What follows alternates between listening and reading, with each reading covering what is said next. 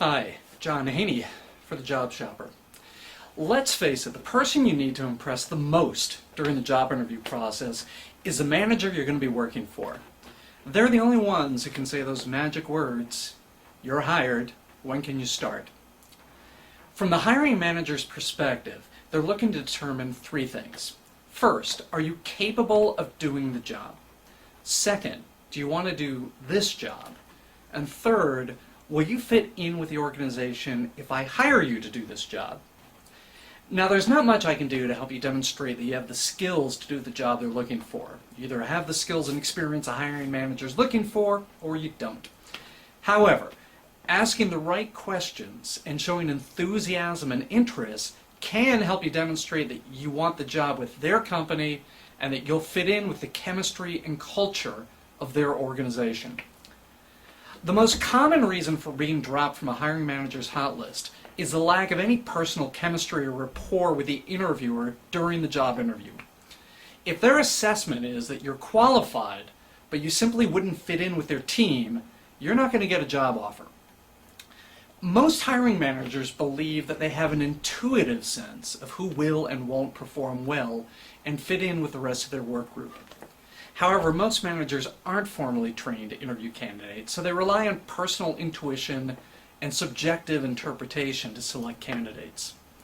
So your primary job during the interview with the hiring manager is to overcome their interview deficiencies and help them focus on how your unique skills can directly benefit the organization, convey your enthusiasm for the position, and engage the interview through thoughtful and astute questions.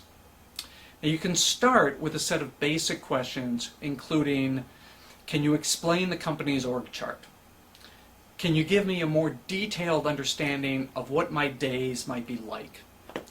What are the specific challenges that you're facing right now? What are the department's specific objectives for the next 3 months, 6 months, 1 year? And why is the position open? Now, these leading questions should open up a variety of avenues for you to ask more probing questions that will help you truly establish whether you're interested in the company. Never forget, the interview is a two-way street. You're not there simply to sell yourself, but to determine if you're sold on the company. So some of the more probing questions could include, what are the things you'd like to see changed in your department, your division, your company? Are there plans for new products or services that I should know about? How has this job been performed in the past? And what do you see are the key goals for the company during the next year, for my department, for this specific job? How do you see my role evolving in the first couple of years? And what do you think my biggest challenge will be if I start working here? Now, even if you're comfortable with the job and the department and the company, you should never underestimate the importance of the company culture and how you'll mesh with it. So you should also ask questions to determine whether you'll be a comfortable fit with their organization. These would include, how would you describe your management style? And would you say it's similar to others in the organization, or do you consider yourself a bit of a maverick? In your experience, what particular types of people do you seem to work best with? What particular traits do you value most in your subordinates? What kind of people seem to succeed in the company? And what have you enjoyed most about working here? And what have you liked least? Now, the answers to these questions do several things. First, they help you define yourself according to the attributes the manager cites, so you can position yourself as the ideal candidate possessing all the traits they're looking for. Now, these questions should also give you a good sense of the values of the organization and the hiring manager, and whether you'd be a good fit with both.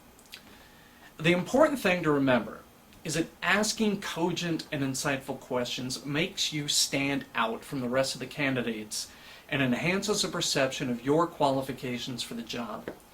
You might assume that every candidate comes in prepared and asks intelligent questions, but you'd be wrong.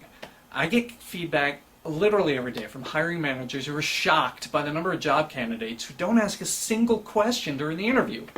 And believe me, not one of them gets a job offer. By engaging in intelligent conversation with the interviewer, you'll separate yourself from the pack, you'll make a sterling impression, and hopefully you'll get the chance to answer one final question. When can you start?